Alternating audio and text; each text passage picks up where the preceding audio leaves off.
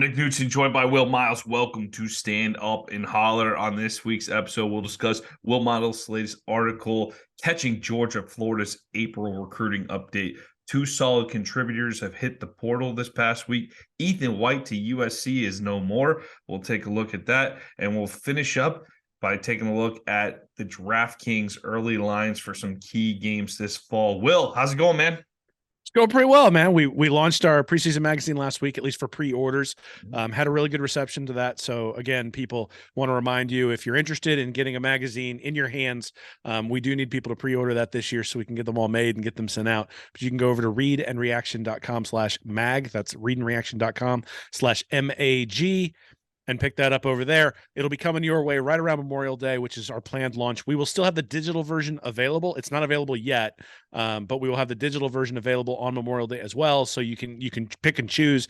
And also, because there's so much stuff going on in the transfer portal, people who buy the hardcover edition, there will be a little message in there for you that if you give us a little bit of social media buzz, we'll send some updated stuff to you after the transfer portal closes, because we know we're not going to be able to have that all into the written form. So exciting, man. You and I both burning the midnight oil to get this thing done. But, we love the Gators. We know our fans love the Gators, so want to give them something nice. And last year, everybody talked about wanting an actual magazine in their hands. So this year, we're going to try to give them that. Hey, magazine season's just around the corner. That means one step closer to college football. I'm all for it, Will. Let's jump right in here to Catching Georgia, Florida's April recruiting update. I loved how you you made a note at the beginning of the article. Hey, I'll dive in deep when I'm critical, so I might as well dive in deep when it's time to look at something good there. So it's been a different year, Will, so far. You even noted in the article by August 2nd, Napier's 2023 class contained just one top 100 commit, 4 commits ranked 100 to 200, and 4 more ranked in the 200 to 301 or 300 range. The average player rating was 91.14. It was pretty clear that a top 10 class was going to take a huge finish. Will, what are you seeing that's different with this year's class? Top 50 guys. I mean, the only top 50 guys they've had the last 2 years are Kelby Collins and Kamari Wilson, and they got 4 this year with the commitment of Xavier Henderson at safety there on the spring game day. They got 4 now. You got DJ Lagway, who's 22nd overall, Henderson, who's 36th, Miles Graham, 42nd, and Adarius Hayes, 44th. You fill that out with Chauncey Bowens at 210, Kanan Daniels at 349, and Josiah Davis at 513. All of a sudden, you've got the makings of a really, really solid recruiting class. The average player ranking, 94.6. If you look at where Georgia is right now, they're at 94.6 as well. Georgia has a few more commits, certainly more top 100 commits, but Florida with 4 top 100 commits when they only had 2 overall last year, only had a couple overall in 2022 as well, and really only had 1 or 2 each of the years of the Dan Mullen era. So this is a different recruiting class than Florida has had, assuming they can keep it together and assuming that they can add some more pieces and sort of fill out the rest of it. This is a different recruiting class than Florida has had since maybe Will Muschamp was around and potentially even Urban Meyer. So, like you said, I tend to be critical, but part of that is because I know how important this stuff is to Florida winning and how important it is to winning in college football. It's not a coincidence that every single team that's won the national championship since the playoff began was in the top 5 in that span in terms of overall recruiting ranking. The average player rating for the top 5 teams, those are the only 5 who've won a national championship. They're what, 8-0, 9-0, 10-0, somewhere in that range since the playoff began. I think it began in 2014, so 9-0. They're there all the time. And so if Florida wants to be there all the time, granted, the playoff is going to expand, the SEC is getting bigger, all that sort of stuff. But look, I don't want to make the playoff once every 3 years. I don't want to be competing to make the playoff and being happy that we made it into the final 12. I think most people who are Florida fans expect and want to have championship teams, and championship teams require championship recruiting. It's not the only thing. You have to have good coaching. You have to have good development, all that sort of stuff. But it really helps to have that championship recruiting to start with. Florida, this is the first class that Florida's put together that you could say has the bones of a championship type recruiting class. And granted, it's the third one, and so we're going to have to be maybe a little bit more patient with Billy Napier than maybe we would have liked, given some of the other SEC championship level coaches who sort of reached this level in year 2. But if he reaches it in year 3, you got to say that he's accomplished something that his predecessors haven't, and this was the thing he was brought here to fix. So, I just look at it and say it's on par in terms of recruiting with Alabama and Georgia, it's far and away better than what LSU and Florida State have right now, which means you think about Brian Kelly and all the comparisons that we've had. And he's certainly had his way in the transfer portal, and he was able to take Harold Perkins away a couple of years ago. But right now, Billy Napier is way in front of LSU, even with Alabama and Georgia, way in front of Florida State, way in front of Miami. And so just where Florida stands in the pecking order, look, it's just one class, got to fill it out, got to finish it. But this is, this was sort of the thing, was his transition class to his bump class, there was an increase in player rating. And what I said at the time was that increase isn't enough. He's going to have to show another bump. If he peters out and if he sort of plateaus out, it's not going to be enough to be a championship team. Well, it looks like we're seeing that bump this year. Again, we'll see how it finishes out. Only 7 recruits in this class though so far, but the elite talent that's in this class already, much, much, much more than he's had the last couple of classes. The double bump, I like it. Kinsler was in this class around this time last year. I think by the summer you had pointed out in June. Kinsler, Patterson. So you mentioned that of course you got to hold on to these guys. These classes are still going to evolve. But one thing I've always found interesting with the numbers you pulled from recruiting is once you hit that August mark, you really kind of lock in. It gets kind of predictable about where you're going to lock in and finish in terms of overall player rating. Yeah, well, it turns out that by the time you get to August, most of the elite guys have already decided where they're going. And those elite guys are the guys who decide who goes up and who goes down. If you have 6 5-star guys, you're in the top 5 of the recruiting, no matter what you have on the back end. And if you have 0 5-stars, you're going to really struggle to get into the top 5, 6, 7 spots, irrespective of whether you just stack top 100 guys, because of the way that they count in the algorithms and all the other things that turn out. And last year's class for Billy Napier was a very good class, but he was really heavy in that 100 to 300 range in terms of overall player rating, which gave him a high average player ranking. He was around, like, I think 92.1 overall for the year, but it meant that he didn't have those elite prospects, the can't miss prospects, guys like Lagway, guys like Hayes, guys like Graham, guys like Filsami. These are guys who, for all intents and purposes, have to hit. And if you look, we're going to talk about some of the transfers in a couple of minutes. If you look at the 2019 and 2020 classes for Florida, there were no can't miss guys in those classes, and there were a lot of guys who missed. And so what you want is there were some guys who hit too, but the thing is, you want those guys who sort of randomly hit to supplement the 4 or 5 guys who are can't miss. And all of a sudden you've got 22 high level starters out there on the field. This is the start of that. I think Florida's probably going to, look, if we give Napier credit for his recruiting and his evaluation, I think his bump class, maybe it just turns out 1 or 2 players better than we would expect. But 1 or 2 players in that class is probably still going to be below Georgia and Alabama in terms of overall value for that recruiting class. This class is one that you can compare, at least thus far, with those teams. And when we get to August, we'll know. And like you said, if you're sitting there at a 94 player rating come August, you might come down a little bit, but you're not going to come down much. And you're going to sort of know, we're going to be in the top 5. And that's what you have to have. You have to be in the top 5 to win national championships these days. And Napier is trending in that direction right now.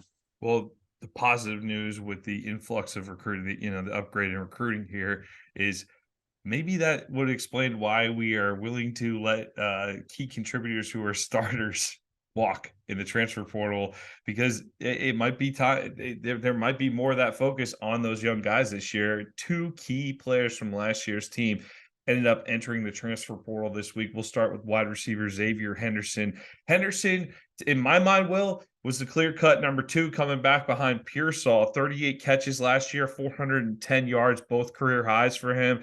Former top 100 prospect out of Miami, Columbus High School there. And he leaves Florida with 835 receiving yards, 5 touchdowns on 73 catches over the course of 35 games. I'm pulling all this from Jacob Rudner of 24/7 Sports.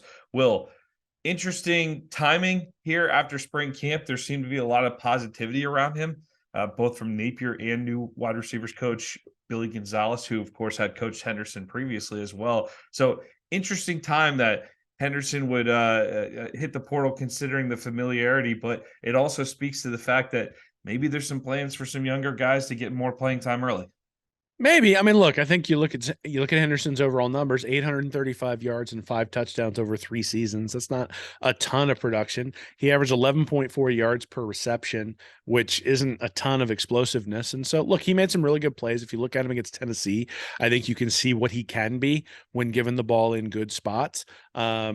he was fast but not explosive in terms of his ability to sort of get out of breaks. There wasn't a ton of separation. The last couple of years, you listen to announcers talk about Florida, and they talk about how their wide receivers struggle to separate. They never put him in that outside spot, sort of like they did Justin Shorter last year, and said go deep and make Anthony Richardson out throw you. And I think what that says is that you don't have confidence that he's going to get separation. They threw a lot of those screen passes. Some of those screen passes weren't his fault because his wide receivers weren't all that great at blocking. But look, I mean, there are times where you just got to put your foot in the ground, go and get 5 yards, and sometimes that didn't happen. Look, I think Xavier Henderson was a very good Gator. I don't think he was like a fantastic. He's not somebody I'm going to bounce my grandkid on my knee and talk about him. He's also probably somebody that we'll sort of look at and go, yeah, didn't quite live up to the recruiting ranking in terms of what we thought we were getting, but 3 years, solid production the last two.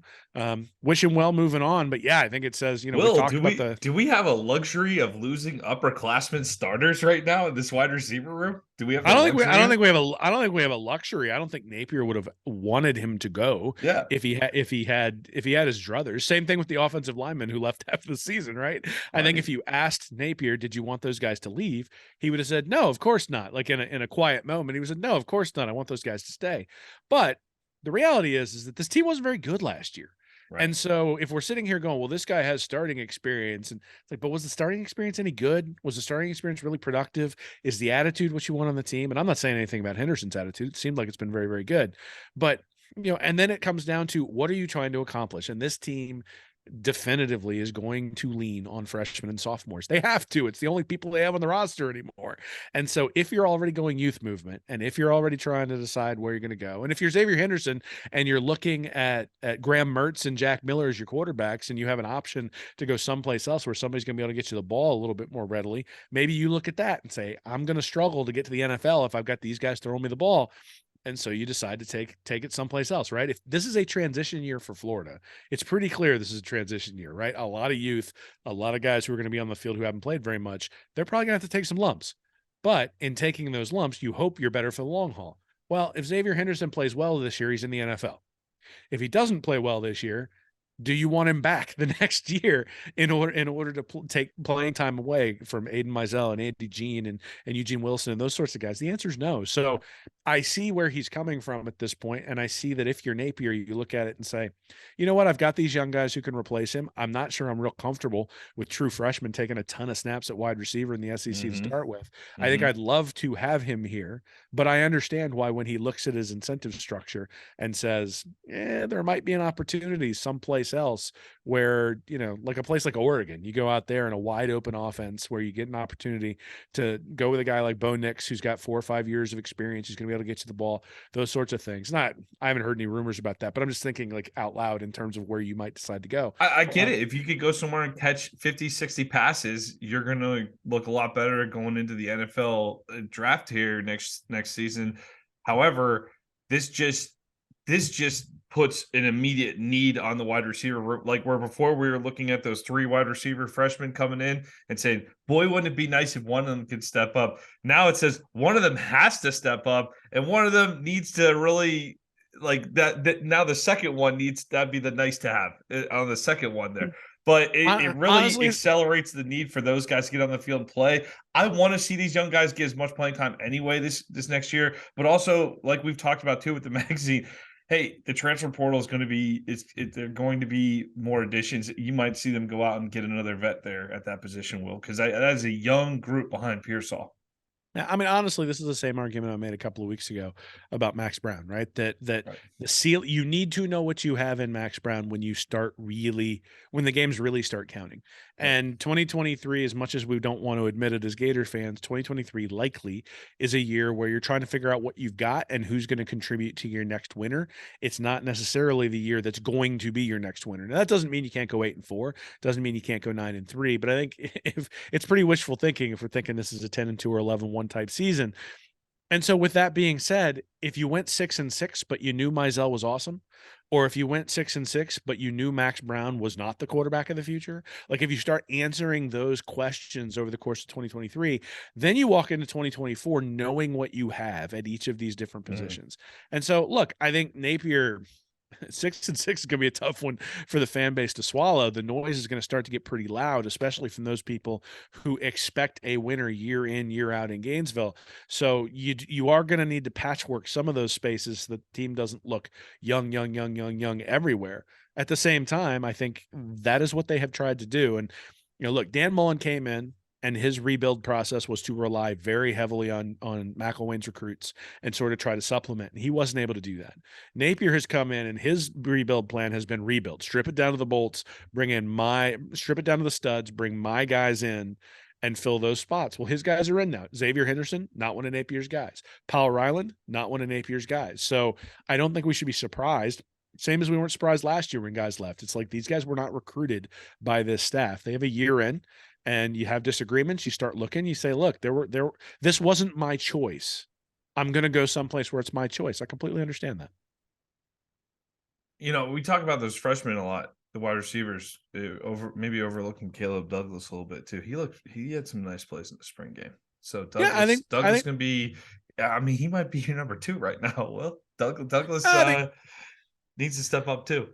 I think Frazier's is going to get a big look. I think Chickasha Bowman showed some things last year in terms of maybe putting him in the slot. I could see him contributing too. Look, I mean, are we going up and down the field next year on the strength of our wide receivers? Probably not. But were we going up and down the field on the strength of Graham Mertz? Probably not. So this is going to be a team that's going to have to play some defense from 3 yards of cloud of dust. And anybody who watched the Wisconsin spring game this weekend, where it was actually snowing, oh my God, it was snowing in April at the Wisconsin spring game. But anybody who watched that was like, yeah, like that looks just like the offense I just watched in the swamp for the spring game. It was pretty bad. So, look, I think although a lot different offense up there this year. Well, we'll see. They brought in Longo from North Carolina. Luke Fickle's got some new things going up in Madison. All right, I'll take whatever bet you want on Wisconsin this year, buddy. We'll have to talk about that one. All right, offensive lineman David Connor also hit the portal this week, but it didn't really get a lot of playing time early on. The other big name though was Antoine Powell-Ryland Jr., who you had referenced there. He's from Virginia originally, class of 2020. Another guy of the class of 2020 appeared in 27 games with the Gators, making 5 starts and totaling 34 tackles, 4.5 sacks, 7.5 tackles for a loss. And that comes from Zach Goodell at SI.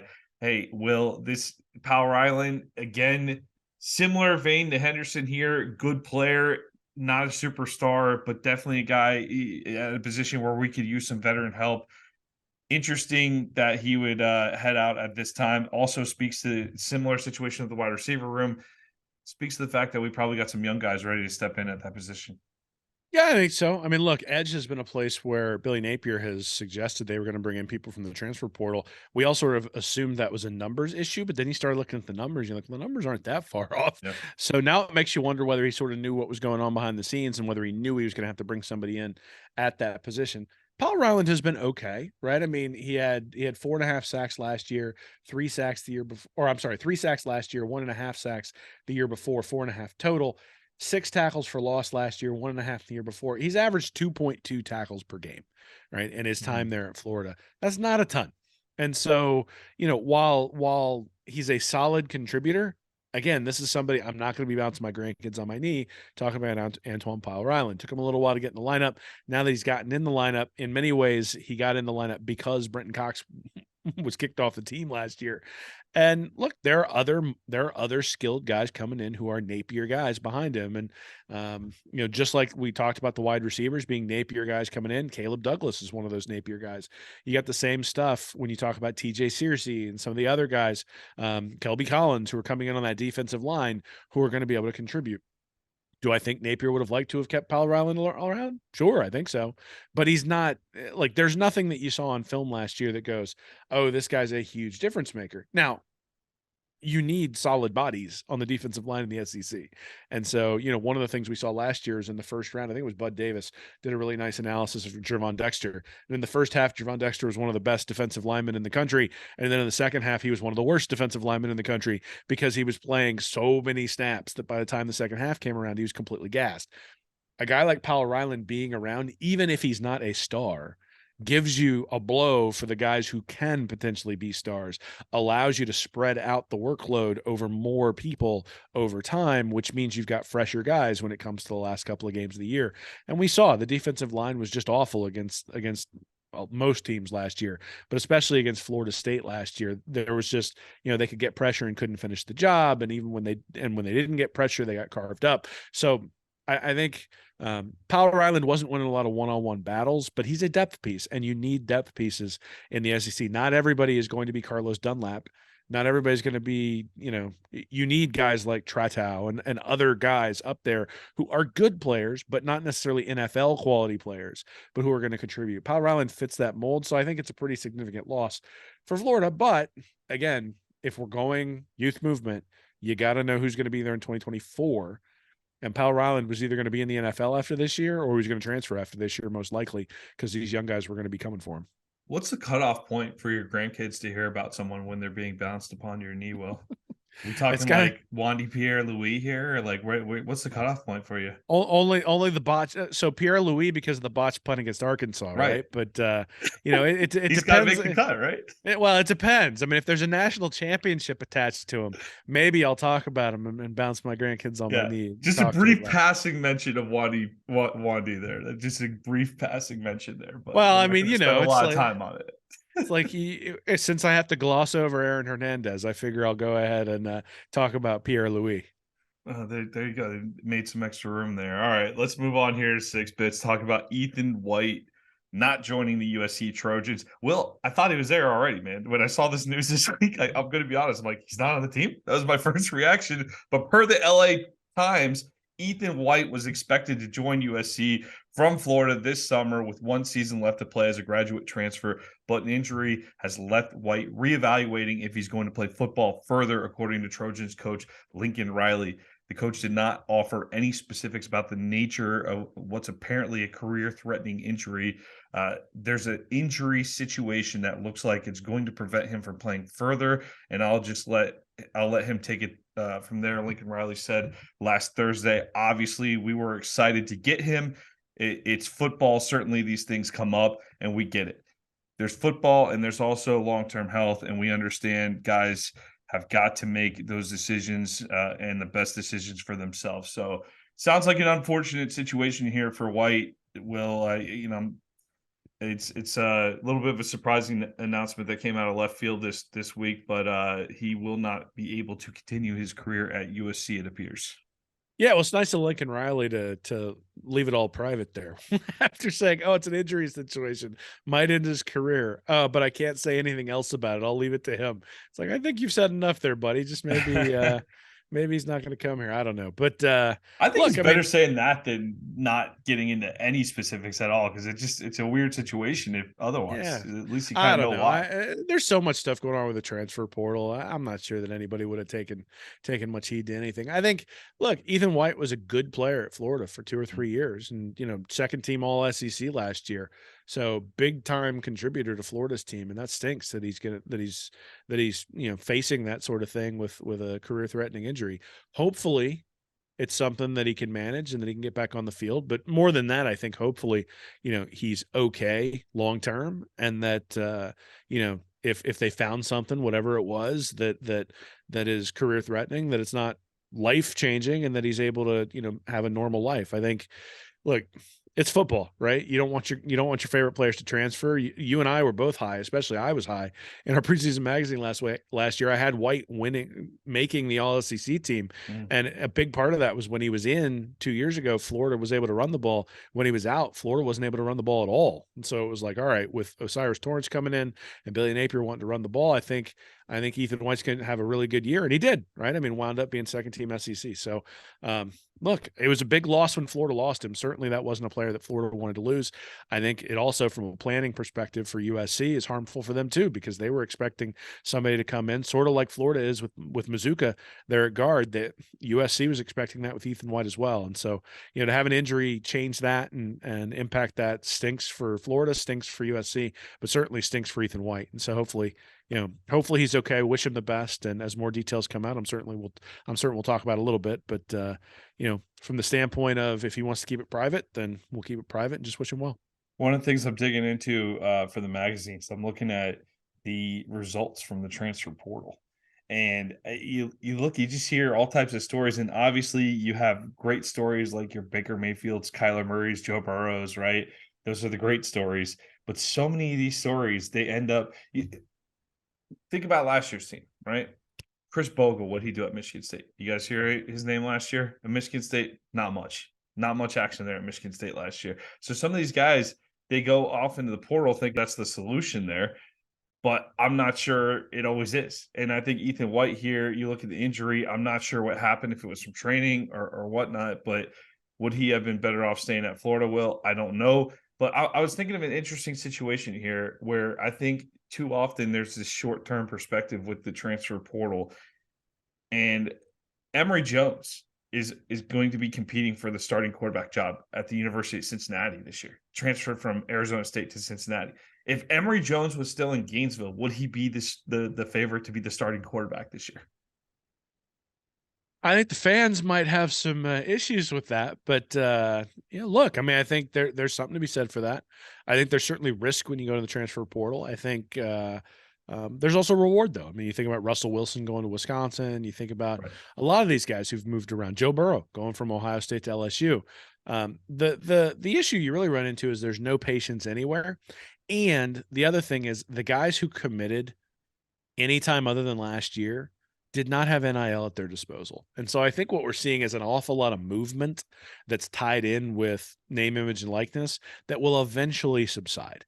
I think Mhm. there's always going to be pressure to retain, right? You bring a guy in and all of a sudden somebody realizes they've got a spot at safety or, a need at safety and they tamper a little bit because I'm sure that's happening everywhere. Tamper a little bit, start reaching out to your starting safety and going, "Hey, we can give you more than they did." And, oh, all of a sudden now you got a guy in the transfer portal. But that's not something that I think is going to be like an overarching thing once there's like a baseline NIL deal in place for everybody who's in college. So what we're doing is we're sort of going through a transition period where guys who are now seniors committed and have had to sort of negotiate their NIL deals while they were at the school that they're at. And if Mhm. you're behind one or two guys on the depth chart, there's no opportunity to do that. And so what do you have to do? You have to transfer out. And so I hear what you're saying about Emory Jones, but my guess is, or at least and again, no inside information here, but I'm guessing that there were NIL opportunities at Arizona State when he transferred from Florida. I'm guessing there are some NIL opportunities present at Cincinnati. And so would he be the starter at Florida? Maybe. Would he have made the same amount of money or would he have had the same NIL deals at his disposal? I have no idea. And so I think that's sort of the thing you have to gauge, right? It's like when somebody signs a contract, like in baseball, this is something that happens where guys who are coming up and don't quite have the service time yet will sign a way below market contract, but it's like 5 years for 50 million bucks, right? And if they'd waited until free agency, they could have signed a 5-year deal for $400 million. You're like, oh, you gave up 350 million bucks. Well, yeah, but you essentially gave those 5 years away Mhm. for the certainty of $50 million. $50 million changes your life. And so, depending upon the size of these deals, depending upon, you know, Emory Jones' time had really run its course at Florida. I mean, the fan base, I think, appreciated him in some respects, but there was certainly a segment of the fan base that would not have been pleasant had were he the starter this year. And that's just the reality. Is sometimes things I run their don't course, and you know. got to make a change. Let's remember that in October, Emory Jones might, if he stuck around, he might be the starting quarterback at Bring Gainesville him this back year. through the transfer portal, man. Yeah, yeah, it's not too late. Come on, Emory, come home, Emory. Let's go. All right, let's move on here to a dollar. DraftKings released early spreads from some significant Florida games this year, and it ain't pretty so far. DraftKings views the Gators as double-digit underdogs in 5 of their biggest games on the schedule, including 10-point dogs at Utah, 10-point dogs at home versus Tennessee, a 22-point line against Georgia. That's rough, Will. That's rough seeing that one.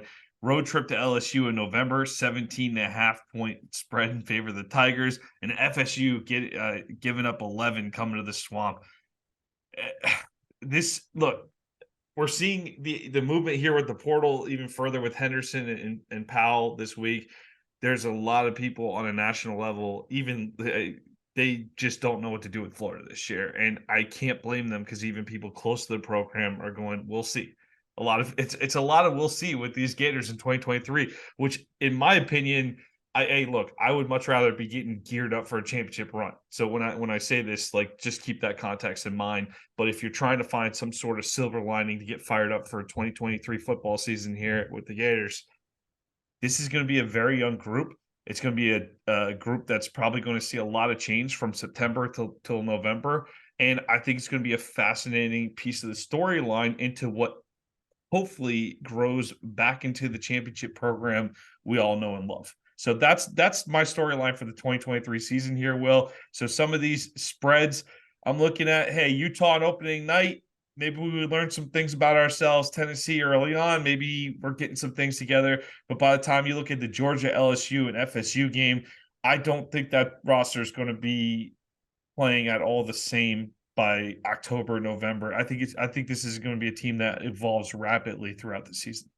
Yeah, that Utah one's interesting considering Florida beat them last year, and Florida's defense was so bad, Utah wasn't really able to exploit that, and then everything falls apart. You look at Florida's defense and go, without Cam Rising, what's Utah going to be able to do this year? There's reports he may be back, but is he going to be 100%? All that sort of stuff. We'll be following that story.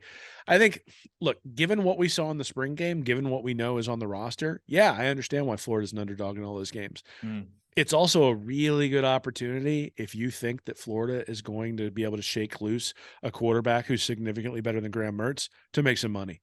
Because these spreads right now, they are going to tighten the minute Florida has somebody who's better than Graham Mertz there at quarterback, or at least projects to be better than Graham Mertz at quarterback. So if they bring in a guy who's sort of a backup, and okay, then the lines aren't going to move at all, and you maybe add a few bucks, but you'll be okay. I think you're going to be able to get real value if they bring in a guy through the transfer portal who can make these games closer, if not make Florida an outright favorite. Because look, there are going to be guys out there who Florida can go after. The question is going to be, do they want that 1 year stopgap? I think you get the biggest bang for your buck by going out and making a NIL offer to a quarterback who's going to be here for a year or two and be ready to, a guy who'd come in, make this program look good, go 8-4, 9-3, the offense going up and down the field. They go, wow, look, he didn't have a whole lot of talent around him. Look what he was able to do, and sort of get the Anthony Richardson treatment when it comes to the potential going out into the NFL draft. Not necessarily the same treatment that Richardson did, but the idea that I think there's been a lot of talk recently with drops and different things like that Richardson wasn't quite as inaccurate as maybe people thought last year, and I tend to differ with that. I thought he was pretty inaccurate. So, look, I think to me that's the thing. Is, look, they shouldn't be more than a 22. They shouldn't be within 22 points of Georgia next year, given what we saw on the field last year, what we saw on the field 2 years ago, and what we saw on the field during the spring game. Like, the offense did not look like it was going to strike any fear in the Georgia Bulldogs, and Georgia's got 2 5-star guys competing for the quarterback position with a 4-star guy in front of them.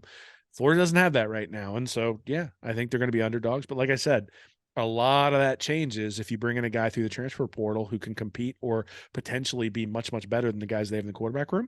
So we'll see what happens. I expect a guy to come in through the portal just for depth, if nothing else. But I also think that in the spring game, the coaches saw everything we did too. And yeah, the quarterbacks can say it was a vanilla offense and all that sort of stuff. They're still late getting the ball out with vanilla offense, which means I think there's room for improvement, and improvement means personnel, not just scheme, not just work, not just putting in the time after hours. And so, look, these things are going to tighten. So like I said, there's some arbitrage here. If you think that Florida's going to bring in a guy through the transfer portal who's better than the guys they got on the roster, those lines are going to tighten. You're going to get some value. Utah, Pac-12 champs. I understand that road trip out west. I understand the 10-point spread there. Georgia and LSU played at a very high level last year. I get it. Which one's more egregious? Tennessee -10 or FSU -11, both in the swamp? It's Florida State. I think Florida State last year was really close to sort of teetering on a season that wasn't great. I think Jordan Travis played very, very well last year. I would be surprised if he's able to duplicate it. Mike Norvell has not recruited at the same level that Tennessee has with Heupel, and Heupel has a reputation as an offensive coach. So you look at Joe Milton replacing Hendon Hooker, and you go, yeah, he's going to struggle at times. He's not going to be as good as Hendon Hooker, but that offense was still putting up 50 points a game. So I don't necessarily Hendon think Hooker that, wasn't Hendon Hooker until last year. Hendon Hooker was really good at Virginia Tech. People forget how good. It was one of the reasons I was scared of Tennessee last year is Hendon Hooker was good at Virginia Tech. He came over to Tennessee, was just as good at Tennessee, and then he took a step forward last year. So Joe Milton is not Hendon Hooker. He was not Hendon Hooker at any spot he's been at before this. He's been very inaccurate, which I think means that, you might see Iamaleava before the season ends in Tennessee. It might not be a rough season there in Tennessee on the offensive side of the ball, but I'm You got to think so, one of those two work out, though. That's good odds on one of those two. yeah, I mean, I think Heupel will be okay. I think Tennessee's sort of the same place Florida was under Dan Mullen, which is that under Mullen until that last year where sort of the bottom fell out, Florida was a very good team that was going to throw away a game or two because they couldn't just go roll the ball out and win, but they were able to go out and compete almost all the time. But you'd have those really bad losses every once in a while. So the loss against LSU there in 2020, like those are sort of the hallmark losses. And what happened last year? Tennessee had a really good quarterback, was in contention for both the Heisman Trophy and the playoff. And then they blow that game to a South Carolina team that couldn't get out its own way all year long and just could not stop South Carolina no matter what. And is some of that South Carolina? Sure, but some of that is Tennessee as well. And some of that is the reality that when you are not Georgia or Alabama in terms of recruiting, you can't just roll the ball out there, even against teams that are inferior to you, and win all the time. Sometimes they get hot and you just can't flip the switch. And so that's where Tennessee is. Florida State is a little bit behind that. And I think they were able to flip the switch a little bit last year, and they found some things. And I think that there's a foundation of a good team, but not a great one. I wouldn't have classified them as a great team last year either. And look, they only beat Florida by 7 last year. It's not like they absolutely destroyed the Gators. It was in Doak Campbell. Travis plays out of his mind. The Florida defense couldn't tackle anybody. Anthony Richardson played great in the first half, but he played awful in the second half. And so if you have a quarterback who can keep things balanced, and if you have a defense that's just not a sieve, that game should be close again. So I think, is Florida's offense going to be able to compete with Tennessee's offense? I have more doubts about that than will Florida be able to compete with Florida State, given what we saw last year. Yeah, I don't see us getting into shootout mode a whole lot this year. So some of those, I do see a couple of those potentially getting ugly, but overall, I think it's going to be a little better than all 5 getting absolutely destroyed. All 5 of those games. I don't think it's going to be that bad this season. Yeah, man. Well, we'll see. Look, I think DraftKings is supposed to reflect what the people think will happen. And right now, after watching that Florida spring game, people think Florida's going to struggle to score. And I think that's probably true given who they have at the quarterback position, but I'm not necessarily sure that who we saw in the spring game is going to be the starter come day one. And if that's true, then there's an opportunity to make a little bit of money there. All right. Well, plenty of things to keep up with. We'll be back next week. Will, where can people get the magazine? Yes, you can pre-order at readandreaction.com/mag. That's readandreaction.com/MAG. Go ahead and pre-order. We will ship them to you when they are available. And then again, if you want a digital copy as well, you can wait until Memorial Day, order the digital copy. That'll just be delivered to your email box. You can get it in a PDF form and look at it there. Again, great Father's Day gift, right? You got dads who are going places, over the summer, going to be vacationing. This is going to be, 70, 75 pages of just Florida Gator content. You look at the differentiation we're really looking for here is most of these great preseason magazines like Lindy's and Athlon and Phil Steele, they cover all of college football.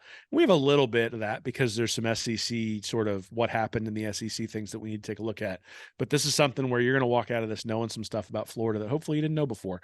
And there's going to be some film study stuff in there. There's certainly, you were already mentioned about looking at transfer portal stuff.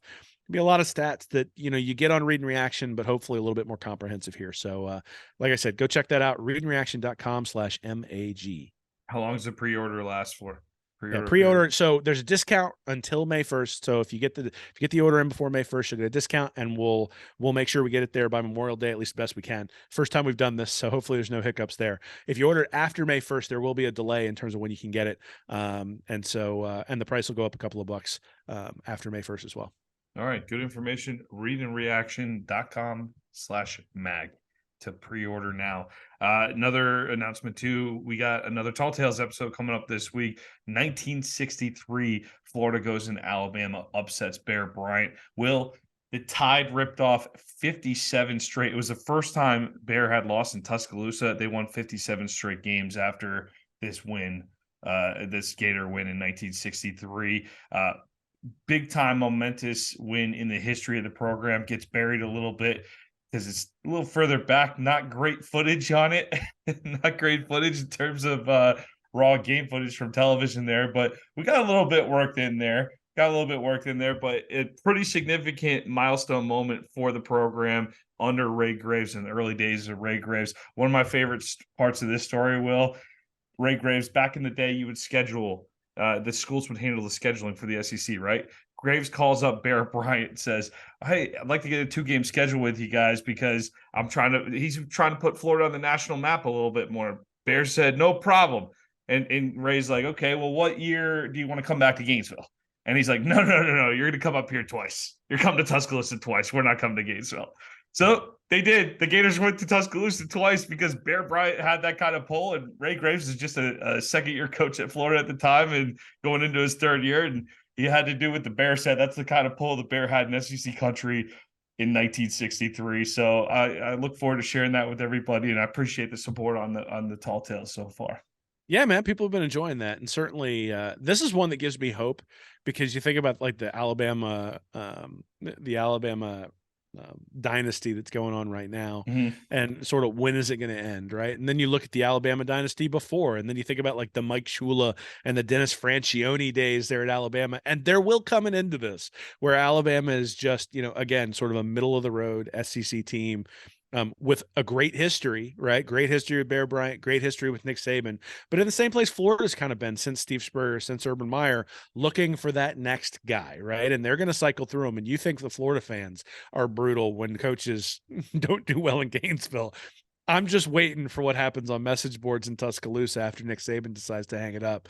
And so, look, I think it's cool to understand that when you start looking back at this stuff, it's really cool to look at Florida's history, but I also think it's cool to look at the history in the context of college football, where we know it went, how cyclical it is. And you think about like Oklahoma being good back in the Barry Switzer days, and then that finally cycles back around with Bob Stoops. And you think about Nebraska in the Tom Osborne days, and is that going to cycle around? So all those sorts of things where the cycling around of these different programs takes place. You can see that, right, when you look at these Tall Tales episodes. So I love them. They're great to remind you just of why we love college football, the history of these programs, and certainly this one I definitely think you should check out. But there have been a couple other ones that you should check out as well. The first one I really liked, the 1997 Florida State versus Florida game there in the Swamp. Greatest game ever played in the Swamp. That was a great one too.